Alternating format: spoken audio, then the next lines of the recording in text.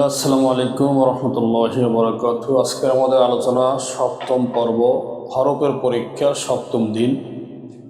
আমরা বিগত পর্বগুলোতে হরফের আলোচনা ছিল।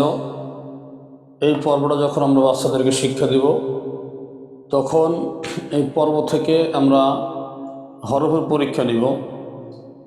যেমন আমি একটি হরফ ধরব, বাচ্চারা বলবে। যেমন আলিফ, যখন এই জিম হরফটি ধরব তখন বাচ্চারা বলবে জিম।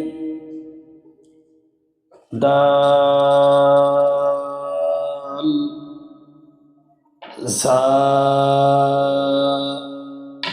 কফ, কাফ।